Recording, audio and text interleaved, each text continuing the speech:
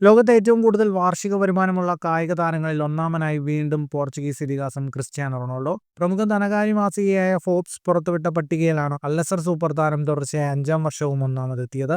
റൊണാൾഡോയുടെ കഴിഞ്ഞ 12 മാസത്തെ വരുമാനം $275 മില്യൺ.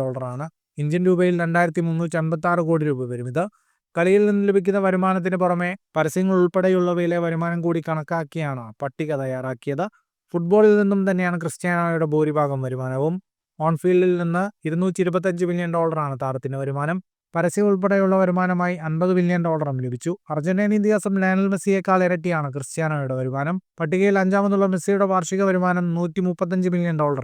ഇതിൽ ഓൺഫീൽഡിൽ നിന്ന് $60 മില്യൺ, ഓഫ് ഫീൽഡിൽ നിന്ന് $75 മില്യൺ വരും. $156 മില്യൺ ഉള്ള അമേരിക്കൻ ബാസ്കറ്റ്ബോൾ താരം സ്റ്റീഫൻ കോറി, $145 മില്യൺ ഉള്ള യുകെയുടെ ബോക്സിംഗ് ഇതിഹാസം ടൈസൺ ഫ്യൂറി, അമേരിക്കൻ ഫുട്ബോൾ താരം ഡാക് പ്രെസ്കോട്ട് എന്നിവരാണ് പട്ടികയിൽ യഥാക്രമം 2, 3, 4 സ്ഥാനങ്ങളിൽ. സൗദി ക്ലബ് അൽ-നസറിൽ നിന്നുള്ള കരാർ തുകയാണ് ക്രിസ്ത്യാനോയെ എതിരാളികളെക്കാൾ ബഹുദൂരം മുന്നിലെത്തിച്ചത്. ഫുട്ബോൾ ലോകത്തെ കൂടുതൽ വാർത്തകൾക്കും വിശേഷങ്ങൾക്കുമായി സ്പോർട്സ് കഫേ സബ്സ്ക്രൈബ് ചെയ്യുക.